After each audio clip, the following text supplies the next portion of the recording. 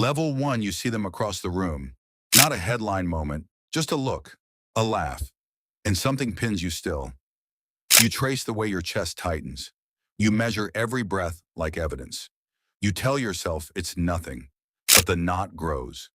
You remember the nights you imagined together, the private jokes, the small, ordinary future, all of it rendered fragile in a single frame. You feel the world tilt a degree you didn't expect. It's quieter now, too quiet. You listen for answers inside your head, but the room only gives you the sound of your own pulse. There's a thin, stubborn hope you can push away. You try to laugh. It's not convincing. You look at your friend and pretend you didn't see the way their hand found theirs. You pretend you don't notice the change in the light. You pretend because pretending is less heavy than speaking. Level 2. Denial arrives like an old coat. You put it on without thinking. Maybe it's a misunderstanding. Maybe they're just close. Maybe you're oversensitive. You roll through rationales like a playlist, each one quieter than the last. Your phone buzzes. Messages you can't bear to read. Your thumbs hover. You think about calling someone who won't make this real. You scroll through pictures of better days. Every candid becomes a relic. You replay conversations.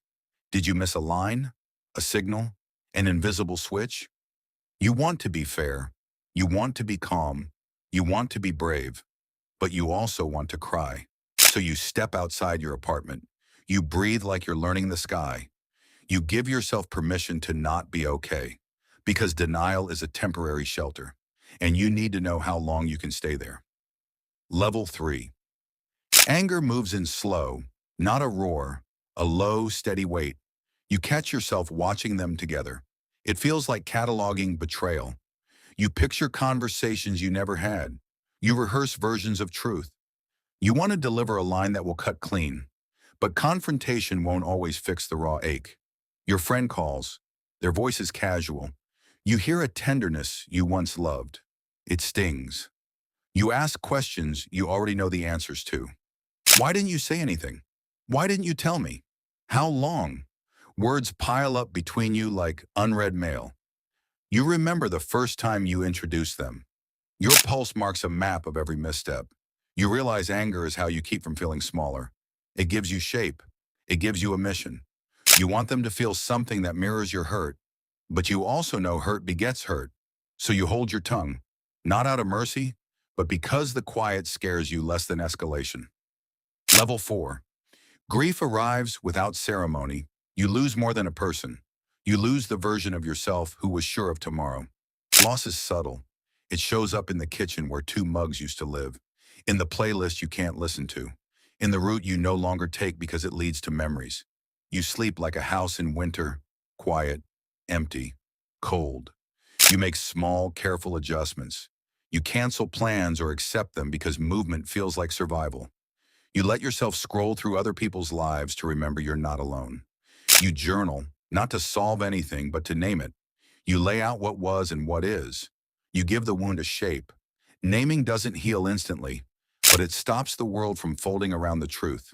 You start to understand grief as a process, not a verdict. You allow it to take its time. You breathe through the weight, and sometimes you let a memory come without pulling it apart. Level 5. You think about loyalty, about promises made in coffee shops and on late-night walks. You examine the language you used with your friend. Were there unstated boundaries, unspoken permissions? You realize relationships have rules people don't always discuss. You wrestle with whether hurt is the same as betrayal. You look back at the moments you assumed trust would be automatic. You see where assumptions build a blind spot. This isn't about winning. It's about understanding what you want from people who call themselves close. You meet your friend for coffee. You both talk without theatrics. There's no neat resolution, but there is honesty, and honesty is a kind of bridge. You tell them what you need, clarity, respect, maybe distance. They tell you what they felt. You listen. Sometimes the thing you want most is just to be heard, and being heard is the start of rebuilding, whether together or apart. Level 6. You choose boundaries like a gardener chooses plants, deliberately, tenderly. Some things need to be pruned. Some things need space to reroot.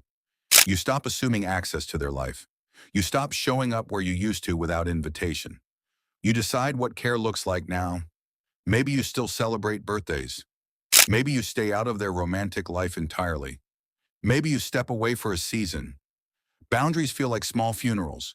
Each one marks the end of an expectation, but they are also a blueprint for safety. You protect yourself, and in protecting yourself, you open room to breathe. You start to notice other parts of your life asking for attention. Hobbies you shelved, friends you neglected. You begin to refill your days with things that aren't about loss. It feels strange at first. Then it becomes necessary. Level 7. Healing is not tidy. It is a landscape of small daily decisions. You forgive, not to absolve bad acts, but to unburden yourself. You grieve, and then you keep going. You learn how to love without losing your center. One day you see them together and the pang is softer. You don't cheer, but you don't collapse either. You recognize growth in the quiet places. You reintroduce yourself slowly to possibilities. You go on a date when you're ready. You say yes to a trip. You say no when you need to protect your peace. You realize the person you lost was never the whole of you. You are not defined only by what was taken. You are also what you build afterward. And what you build is steady, patient, and yours. Epilogue. You will always carry echoes. They will visit in unguarded moments. That's okay. Memory does not always equal imprisonment. You keep the lessons. You keep the tenderness you had for yourself before all this. You become the friend you wish you had been. You become someone who knows their edges and respects them. When you walk into a new room, you carry a different light. Not brighter to erase the past, but clearer so you can see what you want and what you will not trade. Love, when all its forms, taught you how to survive your own heart. And that skill keeps you gentle, honest, and alive.